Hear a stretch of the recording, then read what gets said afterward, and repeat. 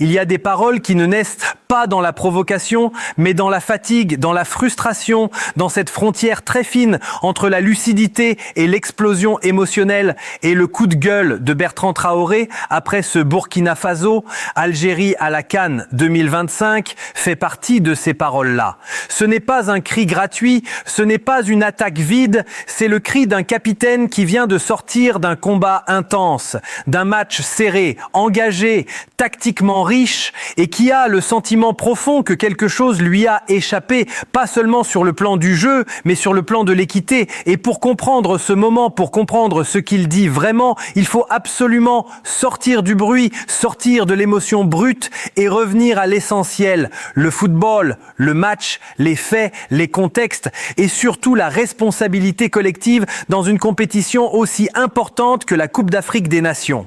Reprenons calmement. Ce Burkina Faso, Algérie était attendu comme un choc. Pas forcément spectaculaire, mais sérieux, structuré, engagé. Deux équipes qui se connaissent, deux équipes qui se respectent, deux équipes avec une identité claire. L'Algérie, forte de son expérience, de sa maîtrise collective, de son habitude des grands rendez-vous. Le Burkina Faso, porté par une génération courageuse, disciplinée, avec un capitaine exemplaire, Bertrand Traoré, symbole d'un groupe qui refuse de subir. Dès les premières minutes, le match s'installe dans un registre très tactique. L'Algérie a davantage le contrôle du ballon, elle impose son tempo, elle fait circuler, elle cherche à installer le jeu. Le Burkina, lui, accepte ce rapport de force, défend bien, ferme les espaces, attend son moment. Et c'est exactement ce que Bertrand Traoré dit dans son analyse à chaud. Il reconnaît que l'Algérie a mieux commencé, qu'elle avait le contrôle du jeu. Il n'y a aucune mauvaise foi là-dedans. Puis il explique que progressivement, le Burkina monte en puissance, se procure des occasions, commence à exister offensivement. Et c'est là que le match bascule émotionnellement. Parce que dans ce type de rencontre, quand tu résistes, quand tu encaisses sans rompre, quand tu sens que le match peut tourner, chaque décision arbitrale devient amplifiée. Chaque détail prend une importance énorme. Le premier point central de ce coup de gueule, c'est évidemment la gestion des pénaltys. Bertrand Traoré évoque une action très claire à ses yeux. Une situation où il estime être accroché dans la surface algérienne.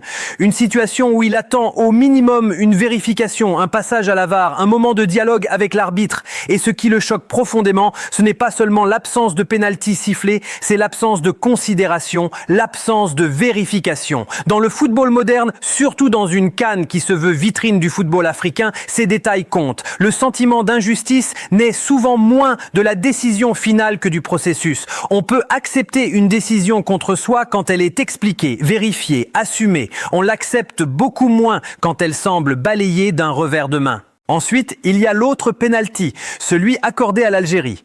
Bertrand Traoré ne dit pas forcément qu'il n'y a pas faute. Il souligne autre chose, la différence de traitement. Là, l'arbitre reste sur sa décision, confirme, assume. Et dans la tête d'un joueur, dans la tête d'un capitaine, cette asymétrie crée un malaise profond. Pas parce que l'Algérie ne mérite pas sa victoire, mais parce que le cadre semble fluctuer.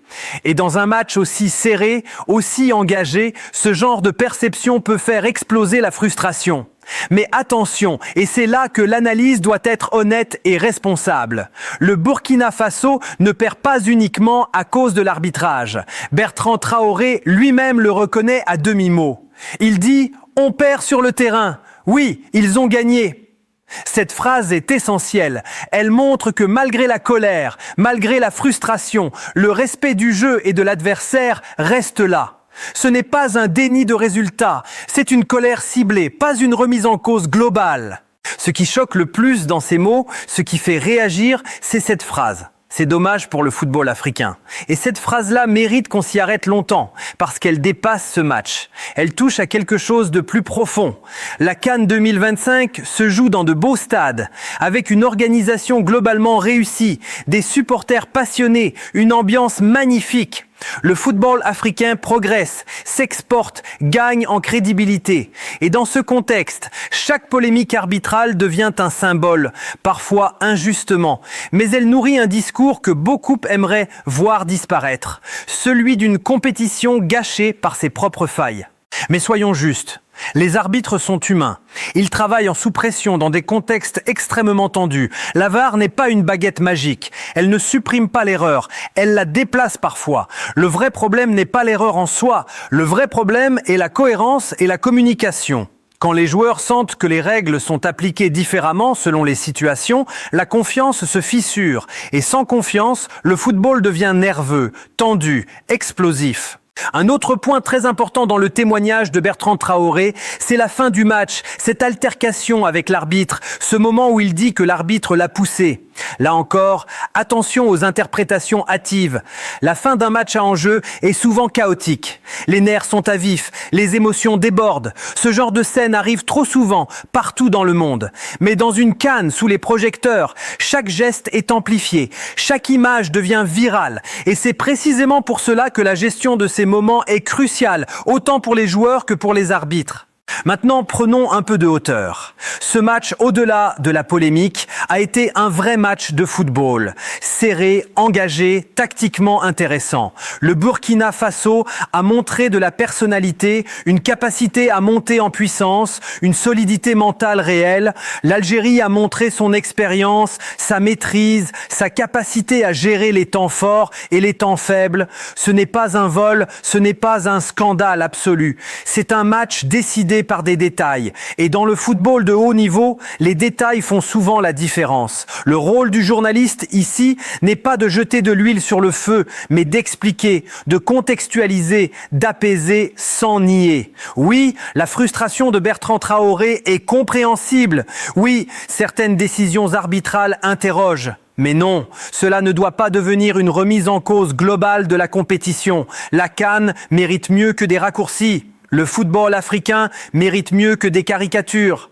Ce coup de gueule doit être entendu comme un signal, pas comme une condamnation. Un signal pour les instances, sur l'importance de la formation arbitrale, de la communication, de la transparence. Un signal pour les joueurs aussi, sur la nécessité de canaliser l'émotion, même quand l'injustice est ressentie.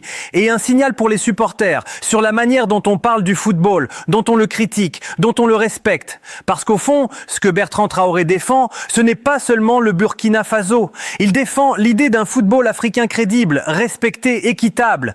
Et cette idée-là, elle mérite d'être portée, discutée, améliorée, pas instrumentalisée. Le football n'est pas parfait, il ne l'a jamais été, mais il progresse. Et chaque polémique doit être une occasion d'apprendre, pas de détruire.